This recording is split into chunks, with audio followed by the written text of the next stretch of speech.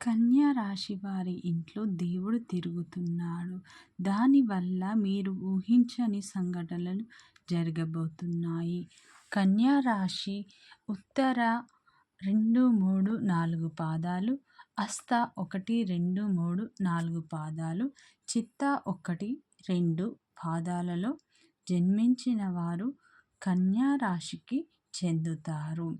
అలాగే friends, video first time చూసినట్లయితే like చేయండి, సబ్స్క్రైబ్ చేయండి.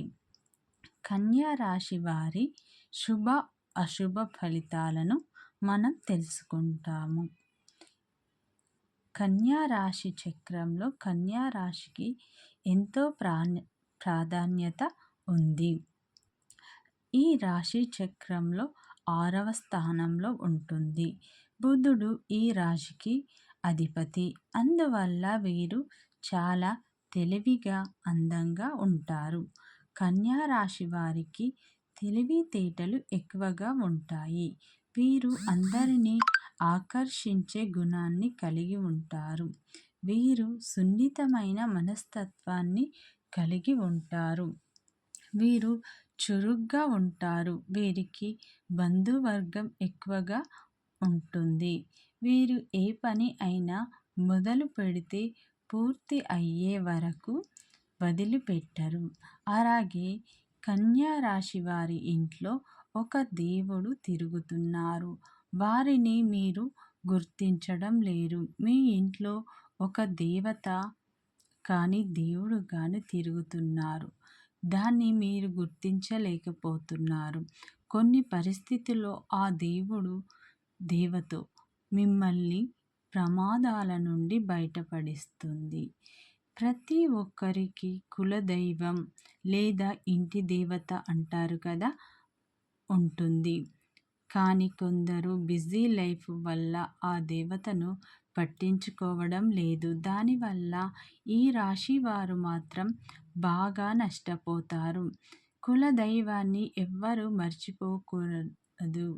అలా మర్చిపోయినట్లయితే వీరు చాలా విధాలుగా నష్టపోతారు. కొత్త సమస్యలు అనేది మీకు వస్తాయి.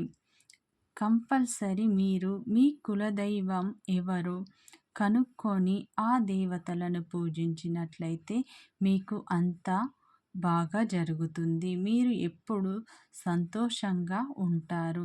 ఇలా ఉండాలంటే కంపల్సరీ మీరు మీ కులదైవాన్ని నిత్యం ఆరాధించాలి. కన్యా రాశి వారికి కొన్ని శుభ ఫలితాలు అయితే కనిపిస్తున్నాయి. ఈ కన్యా రాశి వారికి పెళ్లి కాని వారు ఎవరైతే ఉంటారో వారికి కంపల్సరీ పెళ్లి కుదురుతుంది. ఉద్యోగం లేని వారికి కూడా ఉద్యోగం అనేది దొరుకుతుంది. ఇల్లు, వాహనం కొనుక్కునే యోగం కూడా ఈ కన్యా రాశి వారికి ఉంది. అలాగే కంపల్సరీ మీ కులదైవాన్ని మీరు పూజించినట్లయితే మీరు ఎన్ని సమస్యలు ఉన్నా వాటి నుండి గట్టెక్కుతారు. కులదైవాన్ని ఎవరైతే పూజిస్తారో వారికి అంతా సంతోషంగా ఉంటుంది.